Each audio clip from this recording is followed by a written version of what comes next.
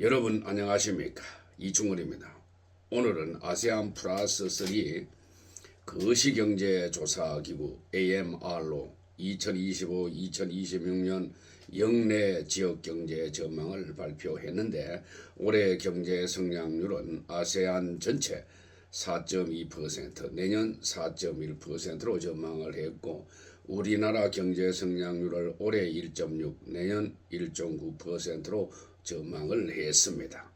그리고 아세안의 장기적 성장과 5가지 정책 관여는 무엇인가에 대해서 말씀을 드리겠습니다. 방송에 앞서 아직 이충건 교수 방송의 구독자가 아닌 분은 동영상 아래 구독과 좋아요를 눌러주시기 바랍니다. 방송 제작에 다소의 힘이 됩니다. 아세안 플러스 3 거시경제조사기구 AMR로는 4월 15일 2025-2026년 지역경제 전망 보고서를 발표했습니다. 지역경제 전망 보고서는 매년 발간하는 보고서로 한국과 일본, 중국과 더불어서 아세안 10개국 전반의 경제 동향을 점검하고 정책 근거를 제공하는 자료입니다. 사실 아세안은 동남아시아 10개국으로 구성된 동남아시아 국가연합을 뜻합니다.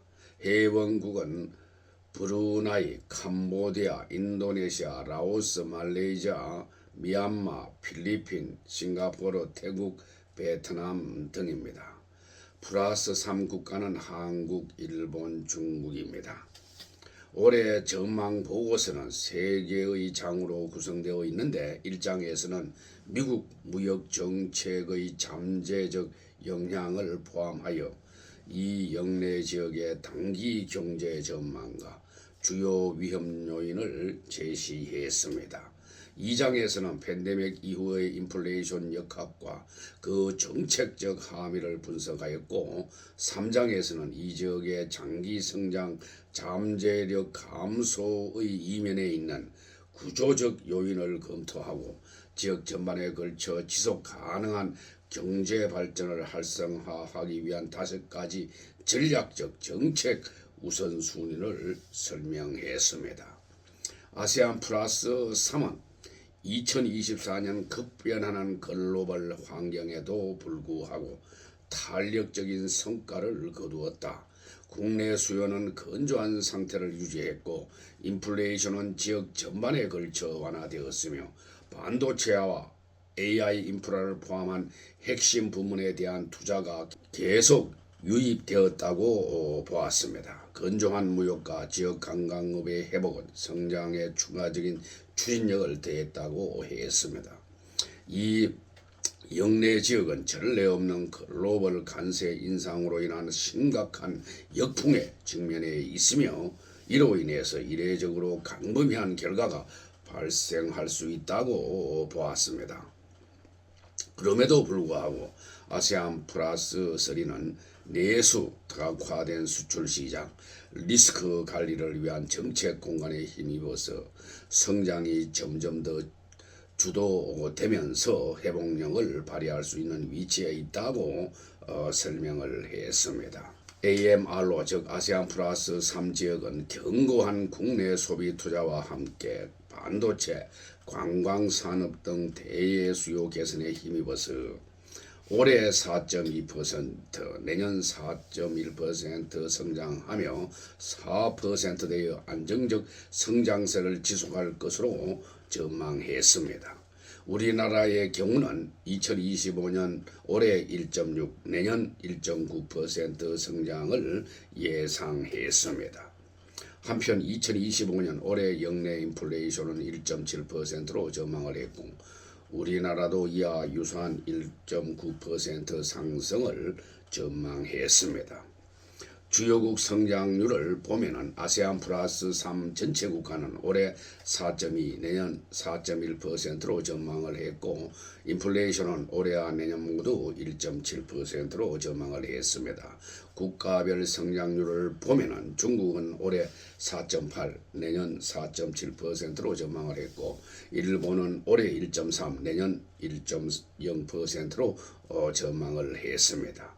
아세안 10개국의 경제 성장률은 올해와 내년 모두 4.7%로 전망을 했습니다. 태국은 올해 2.9, 내년 3.0%로 전망을 했고 베트남은 올해 6.5%, 내년 6.2%로 전망을 했으며 말레이아의 제안은 올해 4.7%, 내년 4.5%로 전망을 했습니다. 올해 경제 성장률이 높을 것으로 보는 국가는 베트남이 6.5%로 가장 높고 그 다음 필리핀 6.3%, 캄보디아 5.8%, 인도네시아 5.0%, 중국 4.8%, 말레이시아 4.7%, 라오스 4.6% 등입니다. 한편 우리나라의 경제 성장률은 올해 1.6, 내년 1.9%로 전망을 했고 물가 상승률은 올해 1.9, 내년 1.8%로 전망을 했습니다. 다만 AMR로는 향후 하방 위험이 우세한 상황이라고 언급하면서 특히 미국의 보호무역 정책 강화는 글로벌 무역 경로를 통해서 역내 성장을 둔화시킬 수 있다고 지적을 했습니다. 그 외 글로벌 금융 여건의 긴축, 주요 경제권 성장 둔화, 원자재 가격 급등을 단기 하방 요인으로 꼽았고 장기적으로는 인구 고령화 및 기후변화, 기술적 충격 등을 지목했습니다. 그리고 아세안 플러스 3의 장기적 성장과 5가지 정책 과제에 대해서 말씀을 드리겠습니다. 글로벌 성장의 핵심 동력인 아세안 플러스 3 지역은 글로벌 금융위기 이후 성장 모멘텀이 하락하고 있는데 이는 자본 축적 둔화와 구조적 변화로 인한 생산성 향상 둔화에 기인한다고 보았습니다. 역내 일부 지역 경제의 장기 성장은 글로벌 프론티어에 비해서 산업화가 지연되고 부분별 생산성 격차가 지속되는 것이 특징이며 많은 경제가 생산성이 낮은 서비스로 전환했다고 지적을 했습니다. 이 역내 지역은 경제 성장을 활성화해야 하는 막중한 과제에 직면해 있을 뿐만 아니라 역동적이고 포용적이며 급속한 고령화, 기후변화, 글로벌 무역 재구성과 같은 새로운 도전에 대응할 수 있는 미래 성장 경로를 보장해야 한다고 강조했습니다.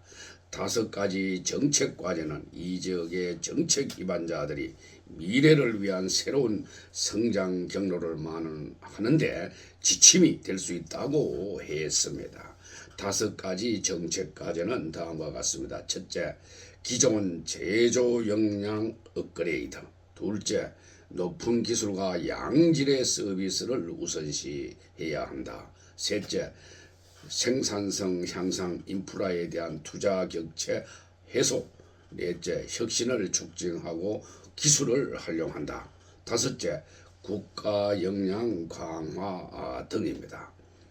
이러한 통찰력은 역내 지역의 경제적 모멘텀을 활성화하는 동시에 개발 경로가 포용적이고 공평하며 지속 가능하도록 보장하는 것을 목표로 한다고 지적을 했습니다. 향후 정책 방향과 관련해서 재정정책은 단기적인 경기 대응 능력을 유지하면서도 중장기적으로 재정 완충 여력을 확보하는 데도 노력할 필요가 있음을 지적을 했습니다. 통화정책 관련해서는 국가별 여건에 따라서 조정폭과 시기를 신중하게 결정하되 금융 대외 안정성도 고려해야 한다고 강조했습니다. 오늘 방송은 여기서 마치겠습니다. 제 영상을 끝까지 시청해 주신 여러분들께 감사의 말씀을 드립니다.